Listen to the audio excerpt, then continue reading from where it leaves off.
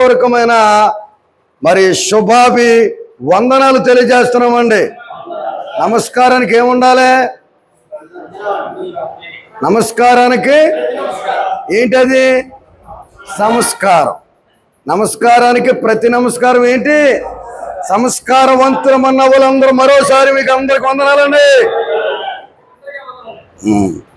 దేవుడు ఈ మధ్యాహ్న కాల సమయంలో 2వ సెక్షన్కు మిమ్మల్ని అందరిని కూడా ఆహ్వానిస్తున్నాము.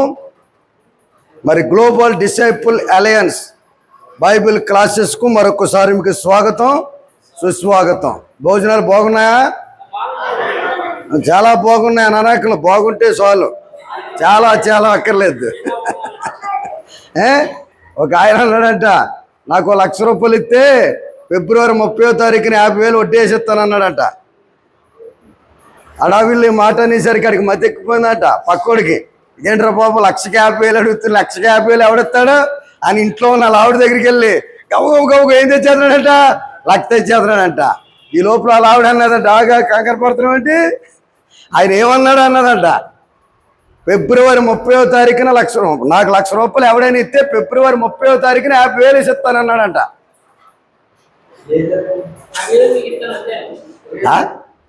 వీడికి అర్థం అవ్వలేదు, ఆవిడకి అర్థమైంది, ఈయనకి అర్థం అవ్వలేదు. అందుకుని శ్రీమతి అనండి. శ్రీమతి అంటే ఏంటి? మతి లేని మనకి దేవుడు శ్రీమతిగా మతిగా ఇచ్చాడు. ఆవిడ అన్నదంట, ఆగు కంగారు పడకు, ఆయన ఏమన్నాడు, 1,00,000 రూపాయలు అడిగాడు, కరెక్టే, ఎప్పుడు ఇస్తానన్నాడు?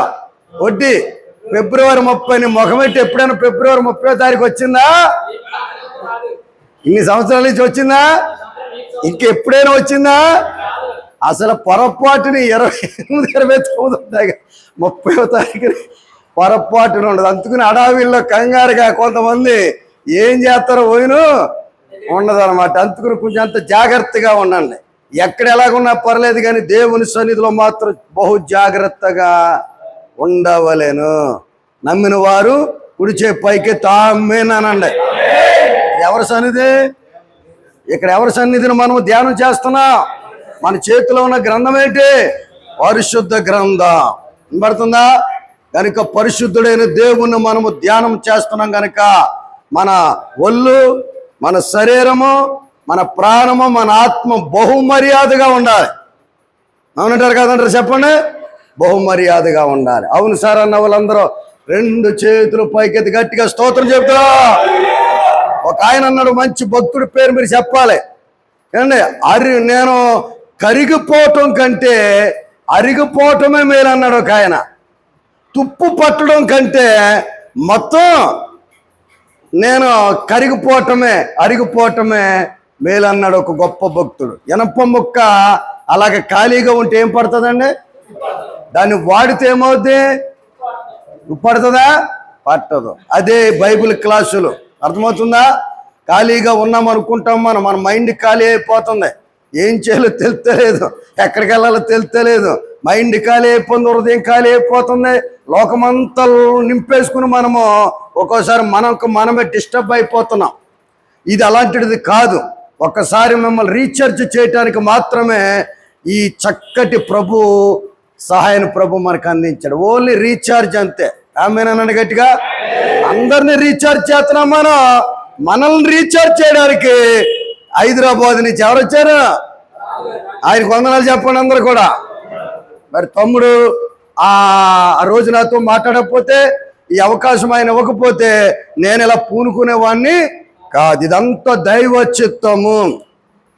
ఎన్ని తలచినా ఏది అడిగినా జరిగేది నీ చిత్తం అనండి. ఆ మొక్క అనండి.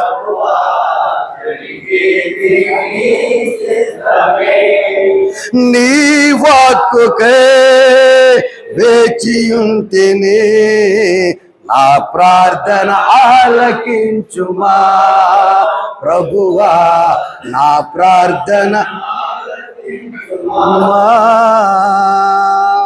ఎన్ని జరిగినా, ఎన్ని తలచినా, ఎన్ని అడిగినా జరిగేది దేవుని చిత్తమే.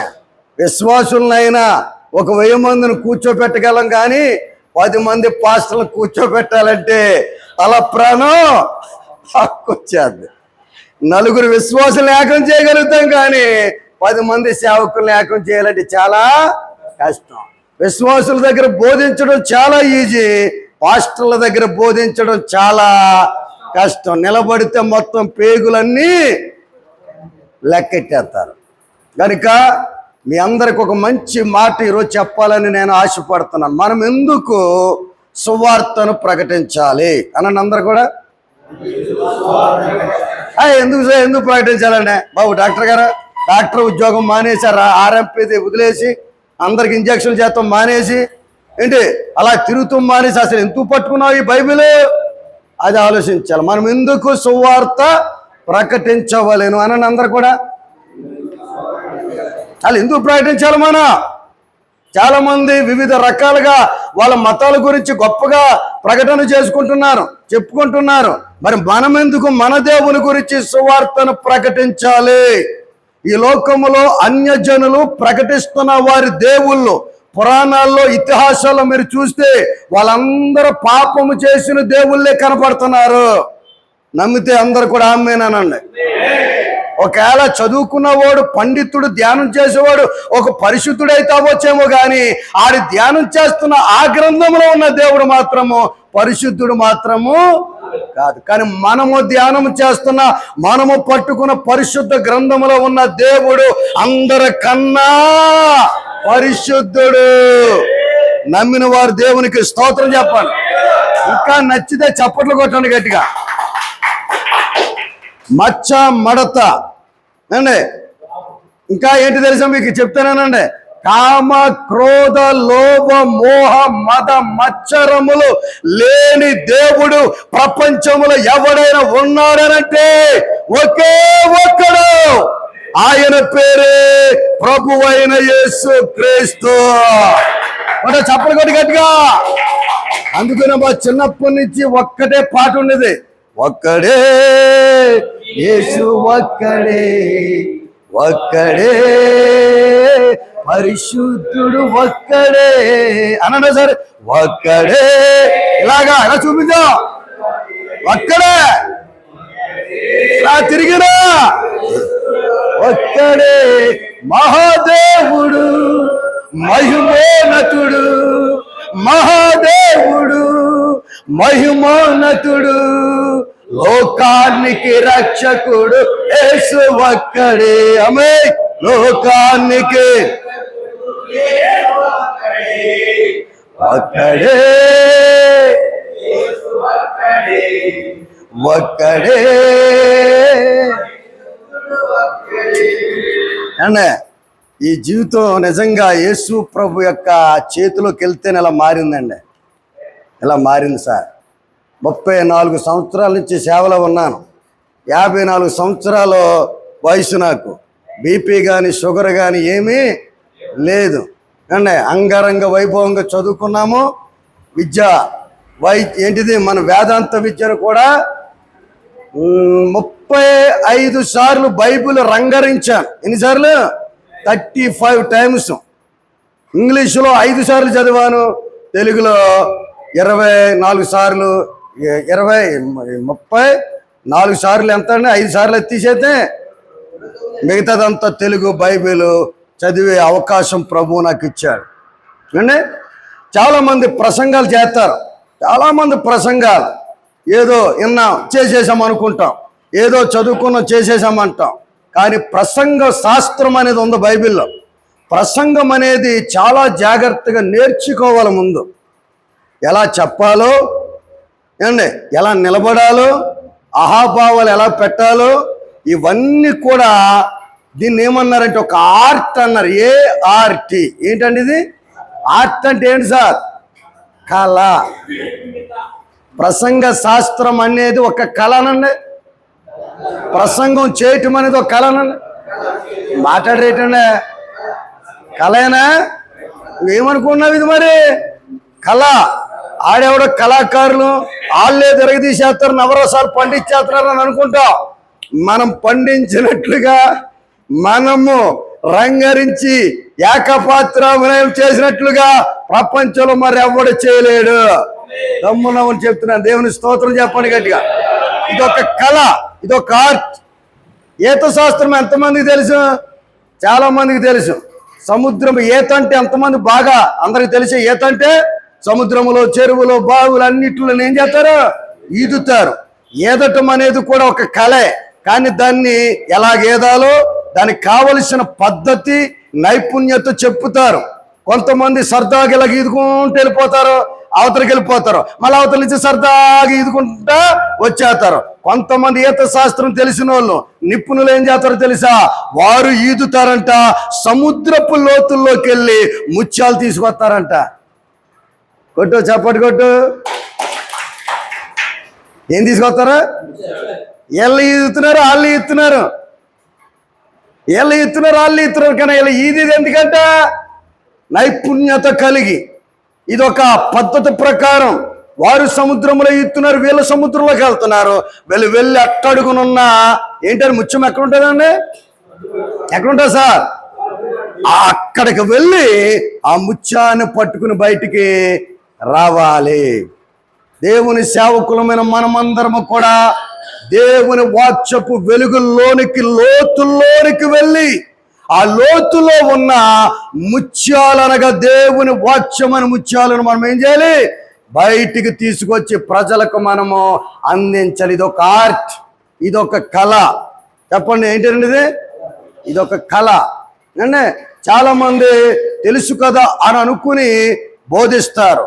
ఎక్కడ మొదలు పెట్టాలో తెలీదు, ఎక్కడ ముగించాలో. చెప్పండి అందరూ. అది ఎలా చూస్తున్నారంటే ఎక్కడ మొదలు అంటే ఆనందరావు గారు, అవునా కదా? ఎక్కడ మొదలు పెడతాలో తెలియదు, ఎక్కడ మొదలు పెట్టాలో నీకు తెలియనప్పుడు ఎక్కడ దిగుతావు? నీకెలా తెలుస్తుంది? సో ఇలాంటి అద్భుతమైనవి ఉన్నాయి. దేవుని బిడ్డలారా, తెలుసుకోవటంలో తప్పు అంటారా? నేర్చుకోవటంలో తప్పు అంటారా? ఏ పనైనా నేర్చుకుని చేస్తే చాలా పర్ఫెక్ట్గా వెళ్తుంది. ఏ పనైనా నేర్చుకోకుండా నువ్వు చేస్తే ఎలాగెళ్తుంది ఎవరికి తెలియదు. అందుకుని బైబిల్ కళాశాలలో చప్పట్లు కొట్టండి గట్టిగా.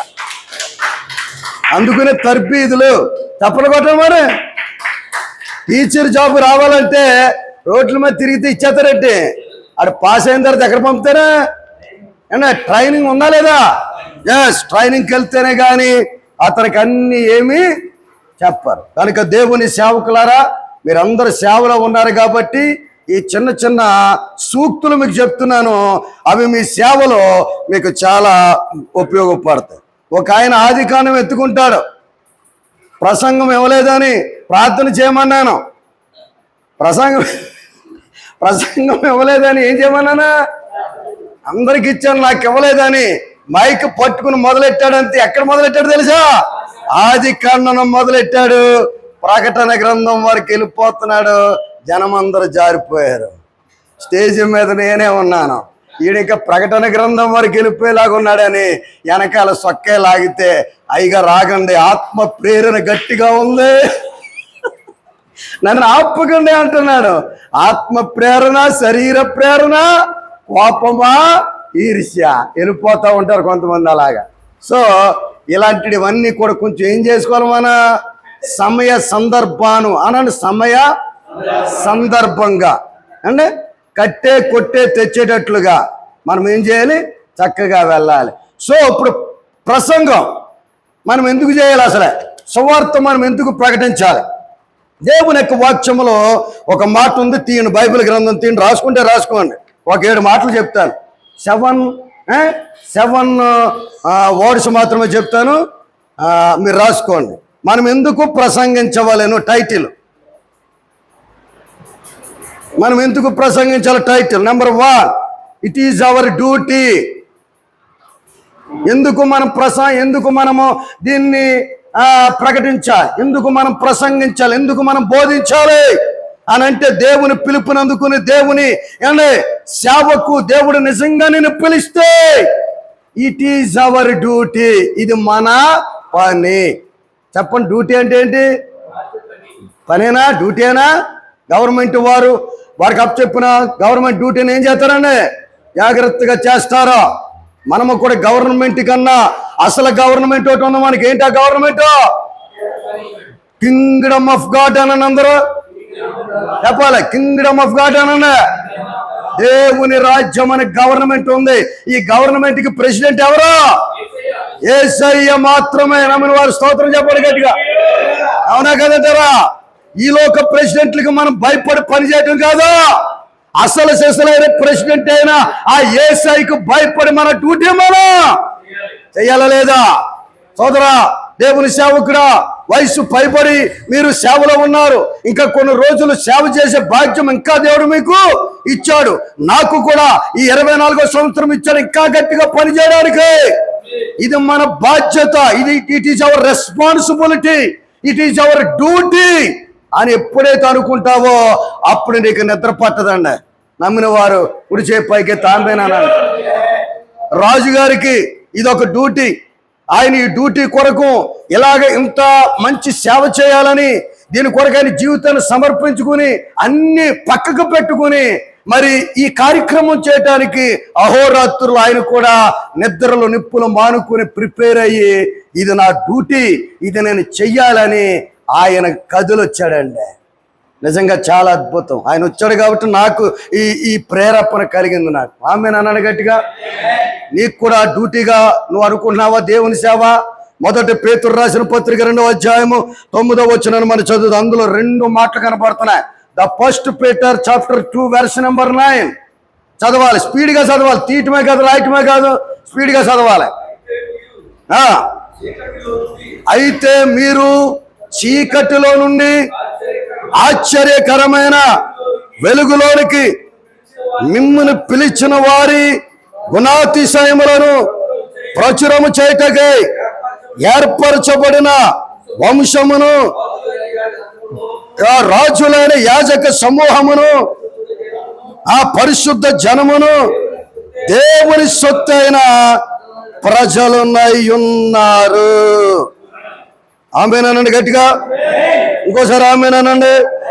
అంటే ఎందుకు మనము ప్రసంగం చేయాలి? ఎందుకు మనము సువార్తను ప్రకటించాలి? దానికి అర్థం ఏంటంటే ఇట్ ఈజ్ అవర్ డ్యూటీ అన్నాను కదా. ఇది మన పని. ఈ వాక్యానికి మాటకి ఏంటండి అని ఒక్కసారి వ్యత్యాసం మీరు గమనించండి. అపోస్తులైన పేతురు గారంటే శిష్యులలో అందరికంటే పెద్దవాడు. అవునా కదా? అందరికంటే పెద్దవాడు, అనుభవం కలిగిన వాడు. అపోస్తులైన పౌలు కన్నా ఎక్కువ అనుభవం ఎవరికి ఉందో తెలుసా? పేతురు గారికి ఉంది. పేతురు గారు లేకపోతే పౌలు గారు వచ్చేవాడు కాదు. ఓసారి చప్పట్లు కొట్టండి, మీకు అర్థమైతే. మీకు తెలుసో లేదో బాగా గ్రహించాలి. వినే చెవి, గ్రహించే మనసు, పాయింట్ అనేది కరెక్ట్గా క్యాచ్ చేయాలి. ఆ రోజుల్లో పేతురు గారు వాడ ఊరు అండ్ ప్రతి చోటకు వెళ్ళి సువార్తను బలంగా ప్రకటిస్తున్నాడు. అలాగ ప్రకటిస్తున్న సమయంలో పౌలు గారు ఉన్నాడు. ఆయన రేపాడు. ఎవరో తెలుసా? ప్రజల్ని. ఎవరో పేతురు గారు. ఆ రేపేవారు ఈడును ఎవరో పౌలు రేగబడ్డాడు. దేనికోసం అంటే మొత్తం ఈ సువార్తనే బంద్ చేయాలనుకున్నాడు. పేతురు అసలు నిద్రపోనవలేదంట. అంత బలమైన సేవ చేశాడంట అండి ఆ రోజుల్లో. ఆయన హాయములోనే పౌలు గారు ఏమయ్యాడు తెలుసా? యేసు వైపు తిరిగాడండి. ఎవరు ఈయన? యేసు. ఏంటి అంత గట్టిగా ప్రకటన చేస్తున్నారు? ఏంటి అసలు అని బయటకు వచ్చేటప్పుడే అలాగ రావటం దేవుడు అతన్ని ఏం చేశాడు తెలుసా? పట్టుకోవటం జరిగింది. దేవుని సేవకులని మాట ఎందుకు చెప్తున్నాను తెలుసా? విరామము లేకుండా నువ్వు దేవుని సేవలు సాగుతూ ఉన్నప్పుడు నీకు తెలియకుండా ఎంతో మంది నాస్తికులను ఆస్తికులను దేవుడు మారుస్తాడు. నమ్మితే కురిచే పైకి తామేనన్నాడు గట్టిగా.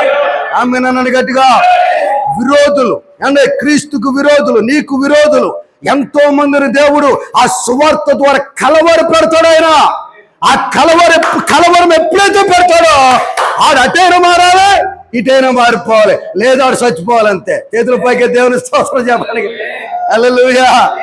అలాగ మారాడు. అందుకున్న పౌలుగా పేతురు గారంటే పెద్ద అనండి. అందరూ పేతురప్ప అంటారు, రాయప్ప అంటారు. ఆయన అనండి.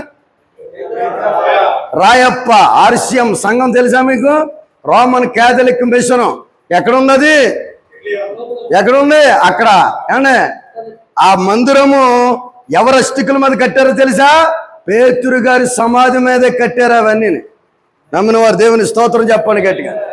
ఆయన పెద్ద అంటారు, పేతురుని నమ్మిన సంఘం అది. ఎందుకు ఈ మాటలు చెప్తున్నాను తెలుసా? పేతురు గారు చాలా అనుభవం కలిగిన వ్యక్తి.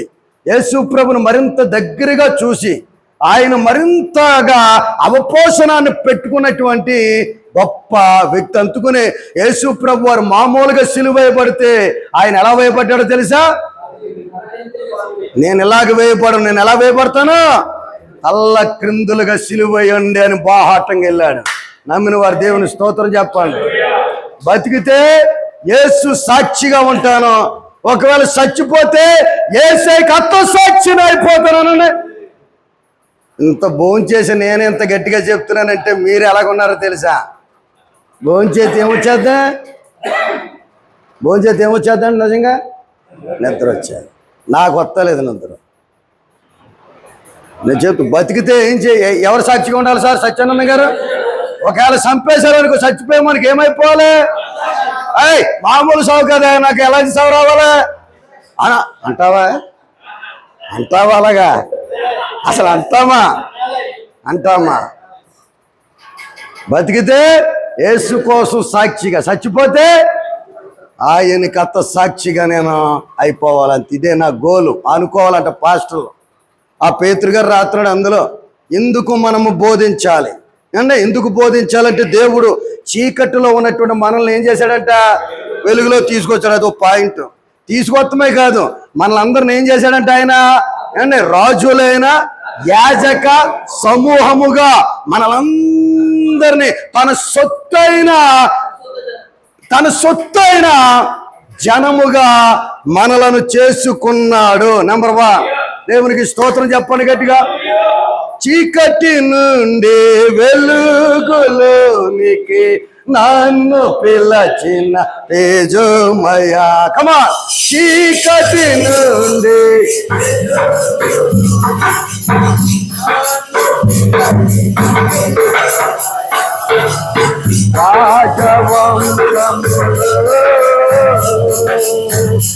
యాజకత్వము రాజవంశములో ఇలాగ ఎందుకు వచ్చారు అనా?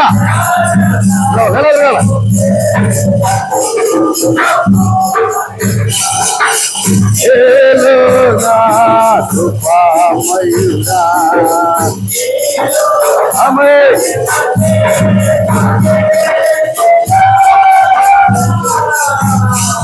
ఇదిగో నస్తుతు కచ్చినా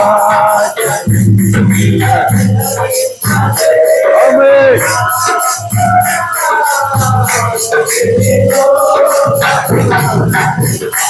హలో. ఇలా పాట ఎత్తి ప్రసంగం చేయాలి అంటే ఇది క్లాస్ కాబట్టి పాటలు ఎక్కువ ఎత్తుతలేదు. ఆమె గట్టిగా. పూర్వకాలం పాటలు చాలా గొప్పగా ఉంటాయండి.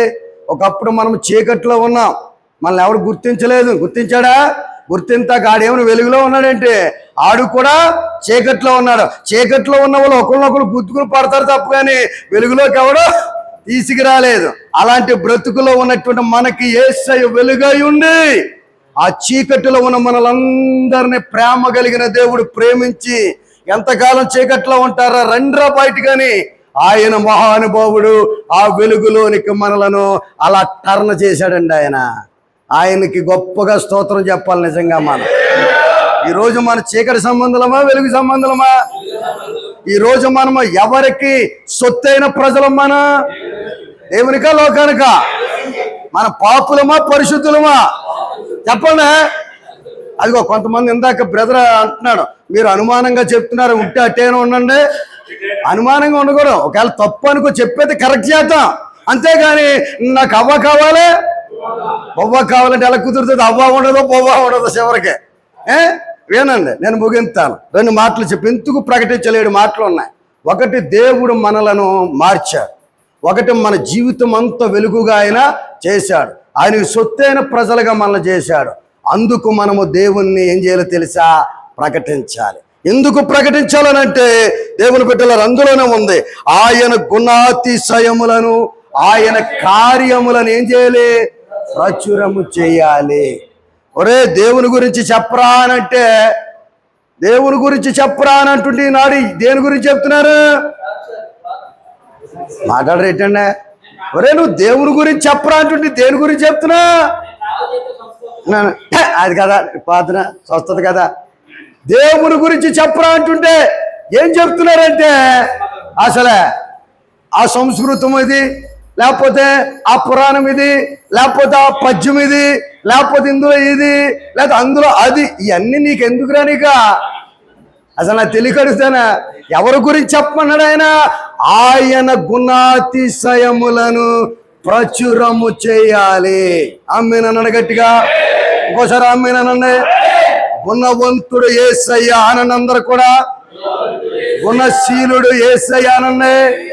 యేసయ్య లాంటి గుణవంతుడు లోకములు ఎవడైనా ఉంటే తీసుకురా, ఆడి కాళ్ళు కడిగి పసుపు రాసి కుర్చీ మీద కూర్చోబెట్టి దండేస్తారు. ఉన్నాడా? ఉన్నాడా? అసలు ఉన్నాడా? ఎవడున్నాడండి? యేసయ్యను ప్రకటించు. యేసయ్య గుణము కలిగిన వాడు. ఆమేననండి గట్టిగా. అనేకులను గుణపరిచే గుణము కలిగిన వాడు ఆయన. నా ప్రియమైన దేవుని సేవకులారా, నువ్వు నమ్ముకున్న దేవుడు చిన్న చితక దేవుడు ఆయన కాదు. చరిత్ర లేని దేవుడు కాదు. గుణము లేని దేవుడు కాదు. శీలము లేని దేవుడు అంతకంటే కాదు. ఆమేననండి గట్టిగా. ఎందుకు ప్రకటించాలి నువ్వు? చెప్పు. ఇప్పుడు చెప్పు. ఎందుకు ప్రకటించాలి? నువ్వు నమ్ముకున్న దేవుడు ఎవరు? గుణవంతుడు అను. ఆయన గుణాతిశయములను మనము ప్రజలకు ప్రచురము చేసి గుణము లేని పాపులందరిని కూడా పుణ్యాత్ములుగా మార్చడానికి దేవుని యొక్క ప్రసంగం మనం చెయ్యాలి. నమ్మిన వారు ఆమేననండి. కొంచెం గట్టిగా ఆమేననండి. ఒక కొండ చేశాడంటే ఒక ఆయన. కొండ పక్కన ఇప్పుడు జల్లిమూకుడు ఎంతమందికి తెలుసండి? జల్లిమూకుడు తెలుసా మీకు? జల్లిమూకుడు. ఇప్పుడు ఈ పదం ఇది గూగుల్ పదంలో కొట్టినా రాదు ఇది. జల్లిమూకుడు అంటే ఏంటి, జల్లిమూకుడు అంటే ఏంటి ఎవరికి తెలీదు. ఎవరికి తెలుసా? ఎవడు ఎప్పుడో 50 సంవత్సరాలు ఉన్నవాడికి మాత్రమే తెలిసేది. మట్టి కుండతో 2 చేశాడు కుమ్మరి. ఒకటేమో కుండ, ఒకటేమో జల్లిమూకుడు. జల్లిమూకుడు అనుకుంటుందంట, ఈ కుమ్మరి నా మీద చాలా పగబట్టేశాడు, పగబట్టేసి నాకు చాలా రంధ్రాలు ఎట్టేశాడు. ఏం పెట్టాడు అని మాస్టర్? ఏం పెట్టాడు? ఓ బాధపడిపోతుందంట, తెగ బాధపడిపోతుందంట. ఇంత నాకంటే ఇంత పెద్ద కుండ ఉంది, దీనికి ఇంత చిన్న రంధ్రం కూడా పెట్టలేదు. ఈయన ఎంత ఏమన్నది ఆయన ఓ రగిలిపోతుందంట. అప్పుడు ఉండపెట్టలేక కొంతమంది ఉండలేరు, అడిగేస్తేనే కానీ లోపలదే పోదు. అడిగేయాలి. అయ్యగారు అండి కాసు పెడుతున్నారు, ఎంత ఇస్తారు అడిగేద్దాం. ఆ గొడవ ఎందుకు నీకు? వచ్చినోడు ఇవ్వకుండా, పెట్టినోడు పెట్టకుండా ఇవ్వకుండా ఉంటాడా అంటాడు. ఏదో ఇస్తారు, ఏదో జరుగుతుంది. మన కంగారుగా ఉందాం, నెమ్మదిగా ఉందాం అనుకో, కొంచెం తెలిసేసుకోవాలనుకుంటా. అలాగే జల్లిమూకుడు రెచ్చిపోయింది. కుమ్మరి కుమ్మరి కుమ్మరి నువ్వు నేనంటే నీకు చాలా కోపం ఎక్కువ అనుకుంటా, ఈర్ష్య ఎక్కువ అనుకుంటా. దానికి ఒక్క సిల్లు కూడా పెట్టలేదు, నాకు మొత్తం అంతా ఏం పెట్టా? అప్పుడు అన్నదంటే చెవులోకి వెళ్ళి చెప్పిందంటే ఏమని తెలుసా? ఆ కొండకి సిల్లు పెడితే దాన్ని కొనడం, నీకు సిల్లు లేకుండా చేస్తే నిన్ను కొనడు అన్నారంట. చేతులు పైకైతే అందరూ ఆమెనండి. లాజిక్ అర్థమైతే నవ్వన్న రావాలి, లేకపోతే చప్పట్లనే కొట్టాలి. అది వస్తలే ఆగో, అది వస్తలేదు ఇది వస్తలేదంటే అర్థం అవ్వలేదని అర్థం. ఇక అవునా ఏమండి? సిల్లు పెడితే కొండను కొనరు, సిల్లు పెట్టకపోతే నిన్ను కొనరు. కానీ ఇప్పుడు జల్లుమూకుడు ఎక్కడ ఉన్నాయండి? అలా జల్లుమూకులు ఇప్పుడు ఎక్కడున్నాయి? అసలు ఎక్కడా కూడా లేవు. ఇప్పుడు ఆరిసేటప్పుడు కూడా జల్లుమూకు అది అక్కర్లేదు, మామూలు ప్లేట్ అలా పెడుతున్నారు, దాన్ని ఇలా ఎత్తుతున్నారు, ఇలా ఉంచేస్తున్నారు అంతే. పూర్వకాలం అలాగా జల్లుమూకుడు కంపల్సరిగా పెట్టాలి, ఇలాగ కుండ వంచాలి, దాకలో అలా పెట్టేసి వెళ్ళిపోయేది అంతే. ఎక్కడికే ఏ పొలంలో లేకపోతే ఏ పొలం వేసుకుని వచ్చే వరకు మళ్ళీ అప్పుడు తీసి అన్నం వేసి తినే రోజులండి బాబు. మర్చిపోయారా మహానుభావులు? మీకు వందనాలు. మర్చిపోయారమ్మా? అది అలాగ ఉంది. అందుకుని కొంచెం తెలుసుకోవాలి. ఎందుకు ప్రకటన చేయాలి మనం? ఆయన గుణవంతుడు. ప్రకటించవలసిన బాధ్యతను దేవుడు మన మీద పెట్టాడు. It is our duty and it is our duty ఫస్ట్ది. రెండవది, ఎందుకు మనము ఆ దేవునికి సువార్తను ప్రకటించాలి? It is God's great commission. It is God great commission. ఇది గొప్ప ఆజ్ఞ. ఎక్కడుందండి మాట? బైబిల్ గ్రంథంలో మనం చూస్తే మార్కు సువార్తలో కూడా ఉంది. మత్తయి సువార్త 28వ అధ్యాయం 20వ వచనంలో ఉంది. కమాన్, చదవాలి, స్పీడ్గా చదవాలి. పక్కన బైబిల్ తెరవాలి, నోట్స్ రాయాలి. అది నేర్పరితనం అంటే. నేర్పరితనం అంటే ఏంటి? నేను మీకు ఏ సంగతులను ఆజ్ఞాపించుతున్నా వాటన్నిటినీ గైకొనవలెనని వాటిని బోధించుడే, అందరిని కూడా సర్వజనులను నాకు శిష్యులుగా చేసండి. వెళ్ళిపోయి ఇదేంటంటే it is the great God's commission అన్నమాట. మార్కు సువార్తలో ఉంటుంది చివరి అధ్యాయంలో, సర్వలోకమునకు వెళ్ళి సర్వ సృష్టికిని సువార్తను ప్రకటించుడి. అంటే ప్రకటించుడి, ప్రకటించు శుభవార్త ప్రతి స్థలములందు, ప్రయాసపడుము ప్రభు యేసు కొరకు ప్రతి సమయమందు. ఎంత వారేవా, ఏం పాట తెలిసింది? మంచి పాట. సువార్తను ప్రకటించటం అనేది ఒక డ్యూటీ, సువార్తను ప్రకటించటం అనేది ఒక ఆజ్ఞ. చెప్పండి, ఎవరాజ్ఞ ఇది? ఎవరాజ్ఞ అండి? ఎవరాజ్ఞ అండి? మీ ఆవిడ ఆజ్ఞ వేసిందంటే అలాగే ఆగిపోవాలంతే. ఎవరో ఇంట్లో ఇంట్లో ఇంట్లో ఎవరో హోమ్ మినిస్టర్, ఇంట్లో హోమ్ మినిస్టర్ ఎవరండి? రాజుగారా? శ్రీమతి రాణి హోమ్ మినిస్టర్ ఆజ్ఞ వేసిందా? ముప్పరం వెళ్తాకి లేదు అందా? అంతే. ఆజ్ఞ అలాగండి, ఆజ్ఞ అలాగే జరిగిపోద్ది. లేకపోతే మనకున్న పైన అధికారులు ఆజ్ఞ చేస్తే ఏం చేస్తాం? అలా చేస్తాం. ఇవన్నీ బాగా చేస్తున్నాం, కానీ మనల్ని రక్షించి వెలుగులోనికి తీసుకొచ్చిన మహానుభావుడు ఆజ్ఞ ఇచ్చాడు మనకి. ఏంటి? అయ్యా, మీరు ఖాళీగా ఉండకండి, మీరు వెళ్ళండి. అండి ఏంటి? పనివారు తక్కువగా ఉన్నారు, కోత. చెప్పండి సార్ ఆ మాట. పనివారు ఎలాగున్నారు? తక్కువగా ఉన్నారు, కోత ఎలాగుంది? ఏం చేయాలి మనం అందరం? ఏం చేయాలి? కొయ్యాలా లేదా? పని ఉందా లేదా? పని ఉందా లేదా చెప్పండి. పని లేకుండా దేవుడు పని అప్పు చెప్పడు.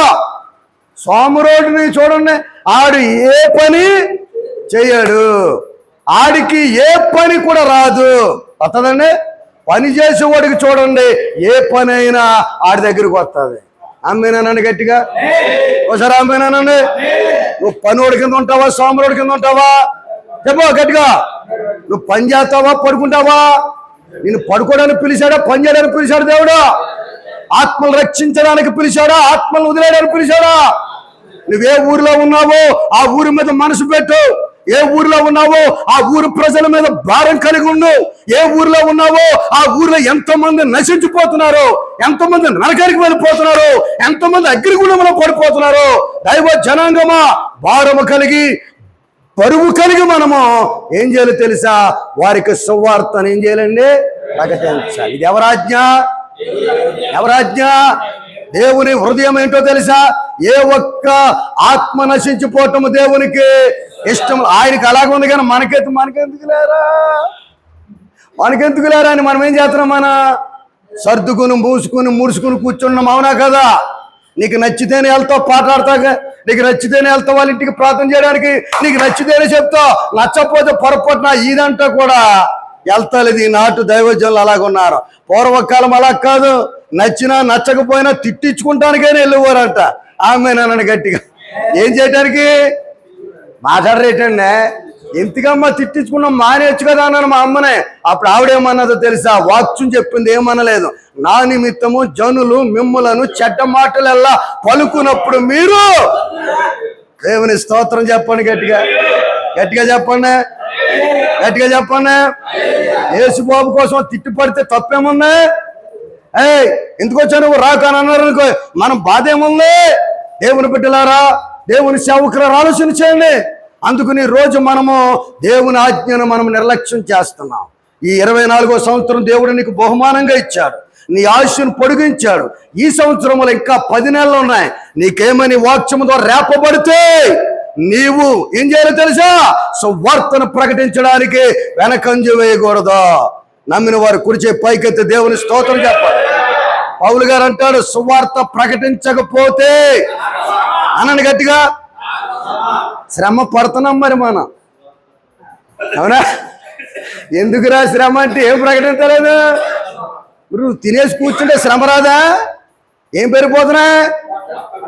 మాట్లాడరేటండి. తినేసి కూర్చుంటే ఏం పెరుగుతాయండి? తినేసి కూర్చుంటే ఏ వ్యాధులు వస్తాయి సార్?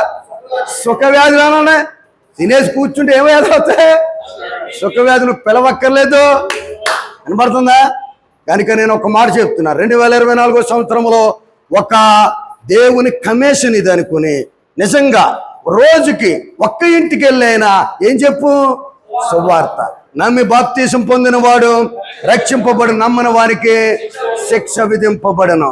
ఒకవేళ నమ్మి నువ్వు నిలబడితే నమ్మిన వారి ఎడల ఈ సూచక క్రియలు జరుగును. నువ్వే దయ్యాలు వెలగొడతావు, నువ్వే స్వస్థతలు కలిగించగలుగుతావు. నీలో నుండే దేవుని ప్రభావం ప్రజలను తాకుతుంది.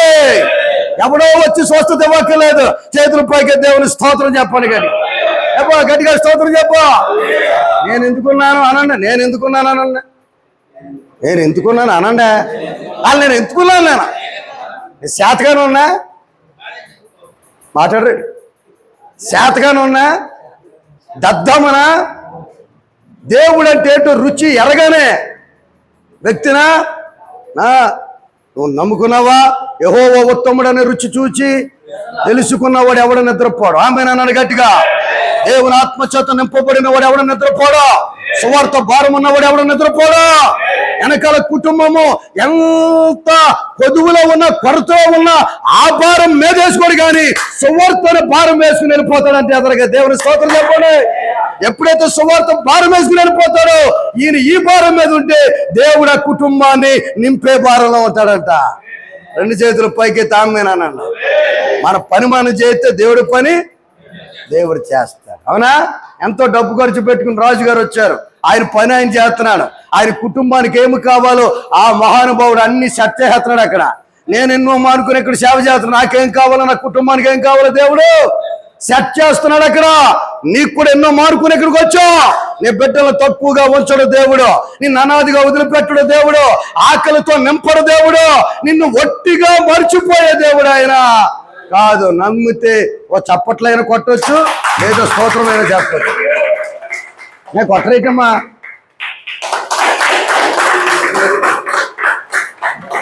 ఆ వెనక్కి వినపడుతుందా? వినపడుతుందా? రాదు. మూడవది 7 మాటలు ఉన్నాయి. టైం అయిపోయింది. రైట్. 4 గంటలకే అయిపోయింది అన్నమాట. అప్పుడే లేదు కదా. మూడోది, ఫస్ట్ది ఏంటో చెప్పండి. It is our duty. రెండోది ఏంటి? It is God's great commission. మూడోది ఏంటో తెలుసా? It is a blessing. అనండి అందరు కూడా, అనండి అందరు కూడా. అంటే ఏంటి? ఏంటండి ఇది? It is blessing. ఎందుకు ప్రకటించాలంటే, ఎందుకు సువార్తను ప్రకటించాలి? ఆయన దీవెన కలుగుతుంది. ఆమె అన్నాడు గట్టిగా. దీవించబడతాం. మాకు ఇష్టమైన వాళ్ళు కూడా చెప్పాను. దీవెన కావాలా? అదిగో దీవెన కావాలంటే ఇలాగెత్తాడు ఒక ఆయన. అంటే ఏంటి? ఎంతే కావాలా? ఇంతే కావాలా? ఓ పాట వచ్చింది, సతీష్ కుమార్ గారు వాళ్ళ అబ్బాయి పాడాడు. 1 కోటి వ్యూస్ అంటే ఏకంగా 1 కోటి వ్యూస్ అంటే నెంబర్ 1. దీవించవే సమృద్ధిగా నీ సాక్షిగా. అంతే. ఆ ఒక్క లైన్ వచ్చి నాకు మర్చిపోయాను. ఆడు కొరత మొదలెట్టాడు, మీరు సూతం మొదలెడితే 2వ లైన్ మర్చిపోయారు. దీవించవే సమృద్ధిగా నీ సాక్షిగా అని పాడాడు. ఎందుకు ప్రకటించాలో తెలుసా? నువ్వు నమ్మితే, నువ్వు విశ్వసిస్తే ఇది నీకు చాలా ఆశీర్వాదం. ఆమెనన్నాడు గట్టిగా. ఆమెనన్నాడు గట్టిగా. 1 కోటి రూపాయలు సంపాదించుకున్నాడు, ప్రాణం పోగొట్టుకుంటే ఏమి లాభం? ఏమి లాభం? ఏమి లాభం లేదు. అర్థమవుతుందా నీకు? ఎంత సంపాదించినా సంపాదన వదిలిపెట్టి ఏం చేయాలి? వెళ్ళిపోవాలంతే. It is blessing. ఎక్కడుందండి మాట? కీర్తనలు 35:27, యెషయా గ్రంథం 65:13-14. చదవగలిగితే టకటకటకటకటగా చదువుకోవాలి. అందులో చక్కటి మాట ఉంది. వాళ్ళు అసలు ఎలాంటి ఇంటి పందల పొరంతో మార్చేస్తాను. అసలు ఎలాంటి వింటలేదు. నువ్వు చదువుతున్నావా? ఎందుకు ప్రకటించాలంటే నిద్రపోతున్నావా?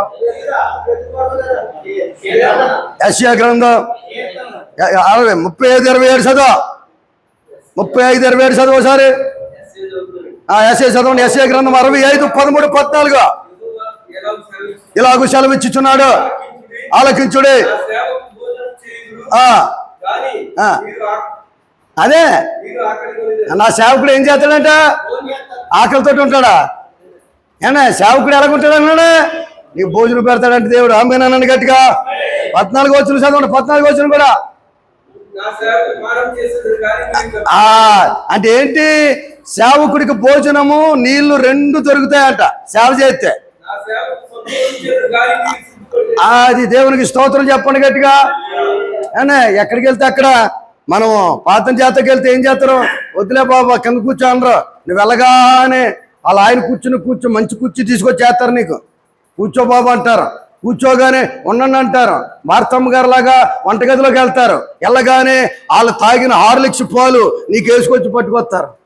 ఇదిగా అయిపోతే మళ్ళీ భోజనంటారికి వెళ్ళే వరకు వాళ్ళు ఏం తిన్నారు? కూర తింటామా అనేసి నీకు రుచికరంగా మంచి భోజనం వేసి పెట్టిన రోజుల్లో మనం ఉన్నాము ఇప్పుడు. ఇది మనకి బ్లెస్సింగా కాదా? పూర్వకాలం కూడా చెప్తున్నాను అనండి. పూర్వకాలం సంద ఎంత అండి? నా చిన్నప్పుడు అంటే 54 సంవత్సరాల క్రితం సంద ఎంత? 5 పైసలు బిల్ల, 3 పైసలు బిల్ల, అర్ధన 2 పైసలు ఇవ్వండి సార్.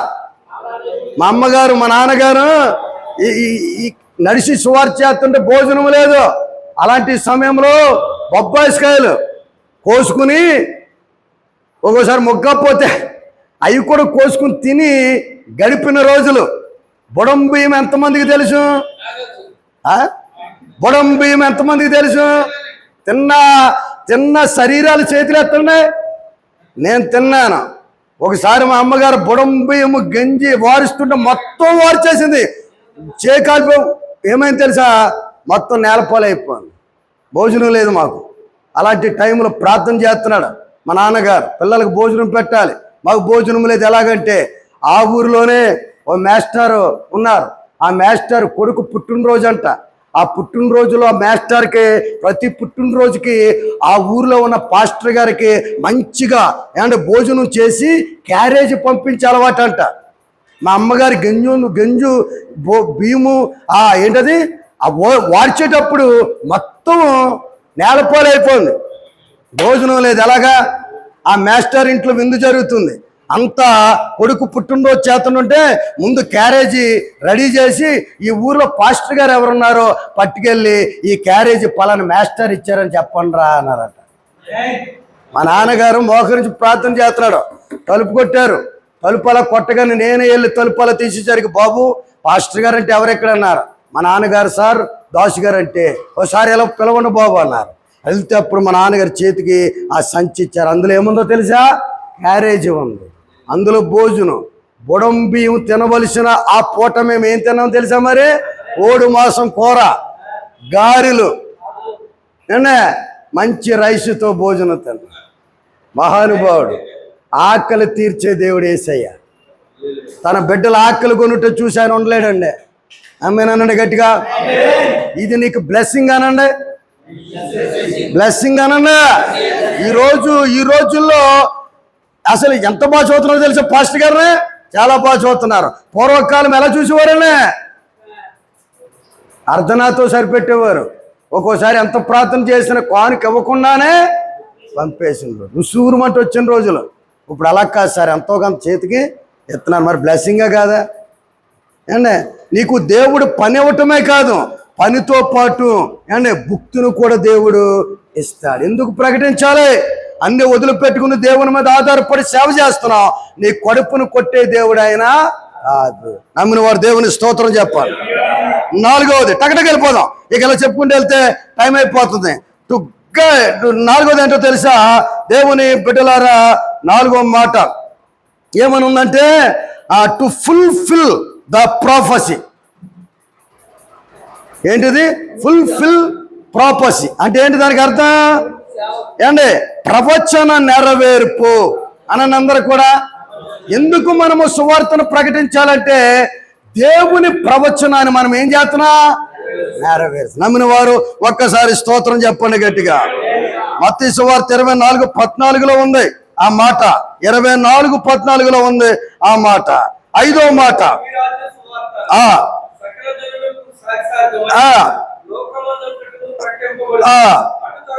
అంతము వచ్చును. ఈ మాట అంతము వచ్చును అనే మాట ఎక్కడుంది? బైబిల్లో మాత్రమే కనబడుతుంది.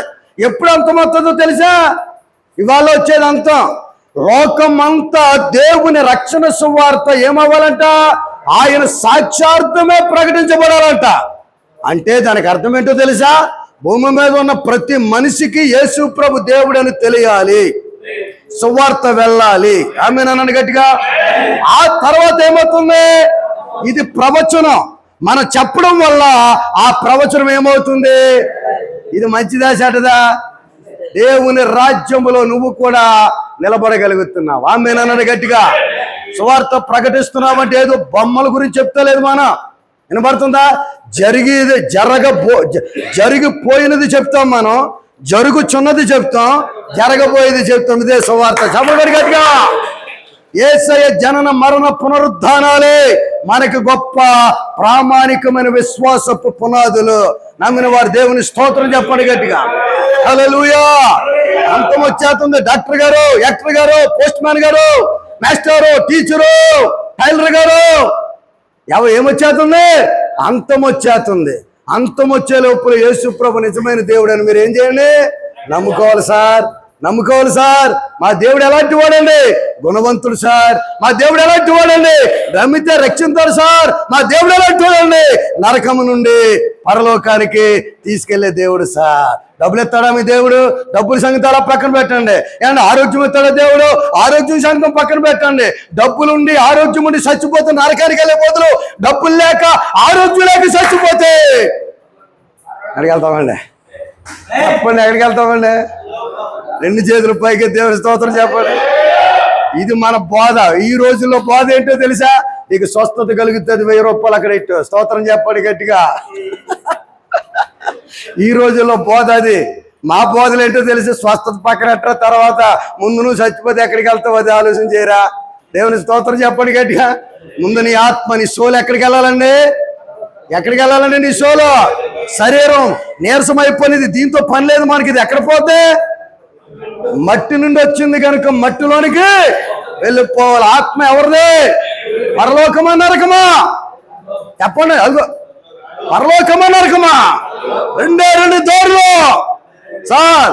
మీకు కాళ్ళు పెట్టుకున్నారు సార్, యేసు ప్రభుని నమ్ముకొని అంటంలో తప్పులే సార్. దేవుని స్తోత్రం చెప్పండి గట్టిగా.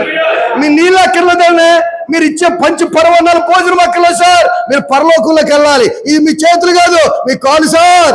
యేసు ప్రభుని నమ్ముకోండి సార్. దేవుని స్తోత్రం.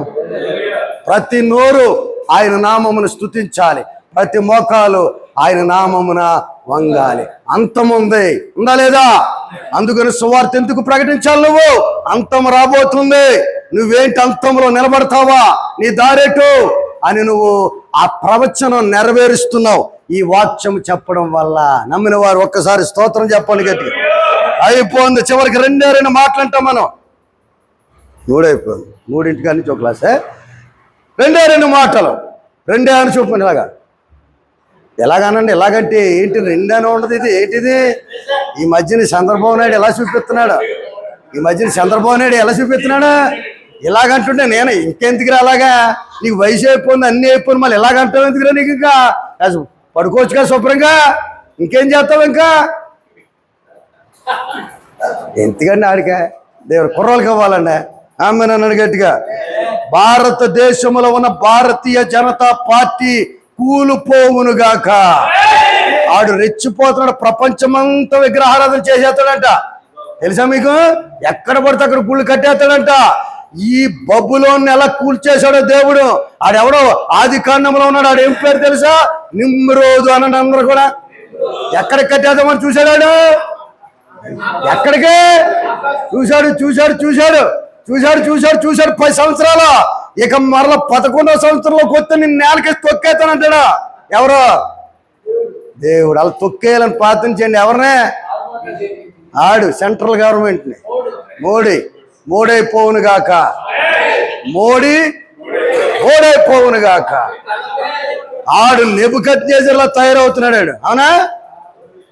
కనుక మనం చాలా జాగ్రత్తగా ఓటేసేటప్పుడు వెయ్యాలి. క్రైస్తవుల పక్షంగా ఎవరు నిలబడుతున్నారో వాళ్ళని ఆదరించాలి మనం. ఆమెనన్నాను గట్టిగా. డబ్బులు వస్తే తీసుకుంటారా? పోలే, మీ ఇష్టం అది. 5వ మాట చెప్తున్నాను, టు ఫుల్ఫిల్ ద ప్రాపర్సింగ్. తర్వాత ఏంటో తెలుసా దేవుని బిడ్డలారా?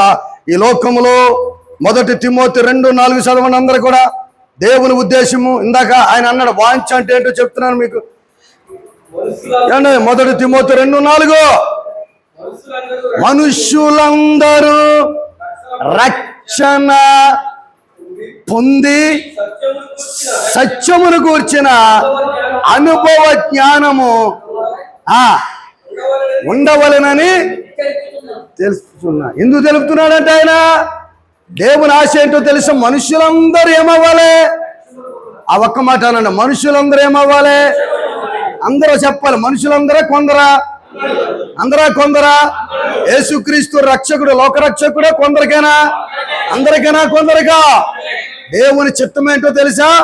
లోకములో ఉన్న అందరూ కూడా రక్షింపబడాలని దేవుని చిత్తము, దేవుని ఆశ, దేవుని వాంఛ. నమ్మిన వారు దేవునికి స్తోత్రం చెప్పాలి. ఒక మాట చెప్పనా మీకు? ఈ లోకంలో ఉన్న వారి ఆశ నువ్వు తీర్చినంత మాత్రాన నీకు దండేస్తారో, పూలదండేస్తారో, మొక్కేడతారో, ఏం పెడతారో నాకు తెలియదు. కానీ దేవుని ఆశను కనుక నువ్వు తీరితే నీ బతుకంతా కూడా బంగారం అయిపోద్ది. చప్పట్ల కొట్టేసారి ఆమెనా? ఎందుకు ప్రకటించాలి నువ్వు? దేవుని చిత్తమును నెరవేర్చడానికి. ఎందుకు ప్రకటించాలి? లోకమందరూ కూడా రక్షణ పొందటానికి. ఇది మరి మంచియా చెడ్డయా? ఎందుకురా బైబిల్ అట్టుకున్నావంటే ఆడట్టుకున్నాడని నేను అట్టుకున్నానండి, ఆడు రమ్మన్నాడండి, ఆడికి ఏదో లైఫ్ బాగుందండి, నాకు కూడా లైఫ్ బాగుంటుంది. నీ ముఖం ఎంతో మంచి లైఫ్ వదిలిపెట్టి వచ్చావు సేవలోకి. ఆమెనండి గట్టిగా. ఇది పొలబాట మల్లబాట. సేవ అంటే సావా, సేవ అంటే సుఖమా? ఏబా ఎందుకు వచ్చారో సేవగా? ఈ చెప్పడానికి వచ్చా. దేవుని పిలుపు ఎందుకుందో తెలుసా? దేవుని సేవకులారా, మీరందరూ ఎరగని వారని కాదు, కానీ మనం తెలుసుకుని కొంతమంది మర్చిపోయాం ఈ విషయాలు. మరొక్కసారి మీరు ఏం చేసుకోండి, జ్ఞాపకం చేసుకుని మీ పిలుపుని, మీ నిశ్చయితను మీరు జాగ్రత్తగా పెట్టుకుని ఇది ఎందుకు ప్రకటించాలి. 7 ధన్యతలు చెప్పాను మీకు. నిజంగా మీరు వాటిని ధ్యానం చేసుకుని 2024వ సంవత్సరంలో మీరు సిద్ధమేనా? దేనికి సిద్ధం బాబు? సిద్ధమైన అనుకుంటే మా శిష్యులిద్దరూ శుభ్రంగా సిద్ధమైన సార్ అని నిద్రపోతున్నారు. సిద్ధమేనా? దేనికి సిద్ధం?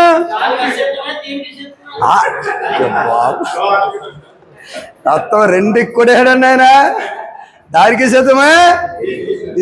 నేను అంటాను దేనికైనా సిద్ధమే.